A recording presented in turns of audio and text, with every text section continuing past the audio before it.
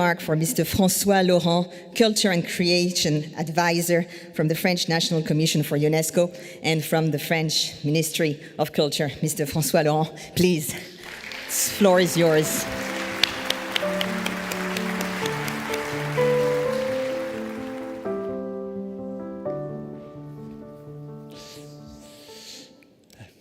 Chère Gila Claraquessou, chers artistes, mesdames et messieurs, je vous remercie vraiment pour l'organisation de cette manifestation. C'était une grande journée. Merci aussi beaucoup pour votre invitation. C'est vraiment un plaisir d'être parmi vous au nom de la Commission nationale française pour l'UNESCO et d'ouvrir ce forum en l'honneur de la Journée mondiale de l'art. C'est également aussi un honneur de venir à cette tribune après de grands noms, tels que l'artiste JR, les philosophes Cynthia Fleury, Charles Pépin, donc je suis vraiment très honoré de pouvoir m'exprimer au nom de la Commission française pour l'UNESCO et aussi en tant qu'effectivement administrateur du ministère de la Culture.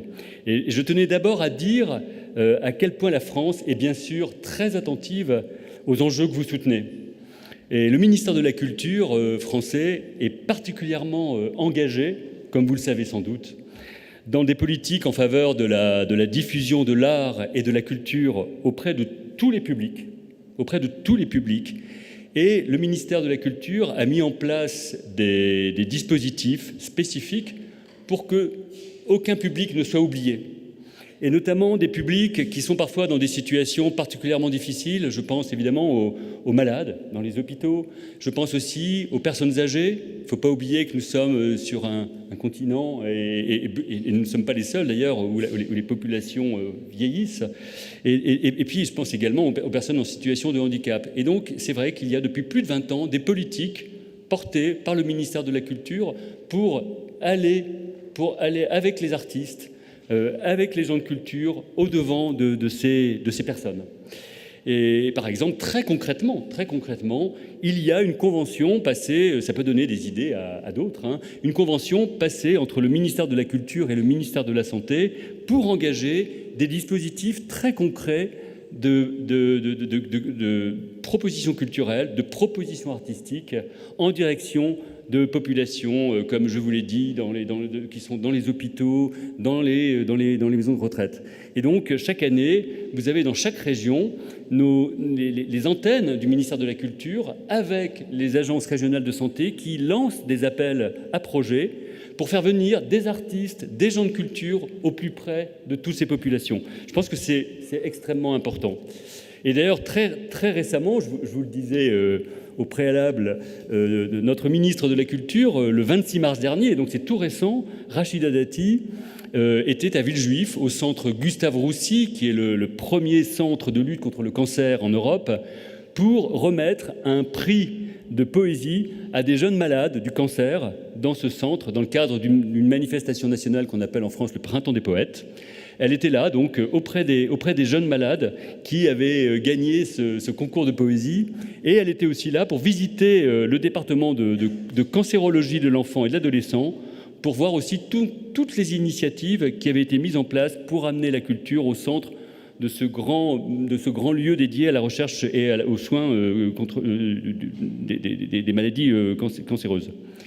Donc la Commission nationale française pour l'UNESCO et ses réseaux s'associent également à ces préoccupations très fortement.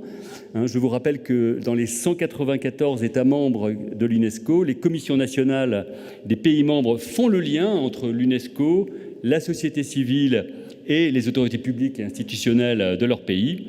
Cette mission implique d'animer des réseaux nationaux engagés pour les idéaux de l'UNESCO, et les artistes de l'UNESCO pour la paix constitue un de ces réseaux. Vous le connaissez bien, cher Gila, c'est un réseau extrêmement important. En France, nous sommes d'ailleurs très heureux de soutenir 4 artistes pour la paix, le chef d'orchestre Amine Kouider, le sculpteur Gérard Voisin, le violoniste Renaud Capuçon et vous-même, cher Gila Claraquessou.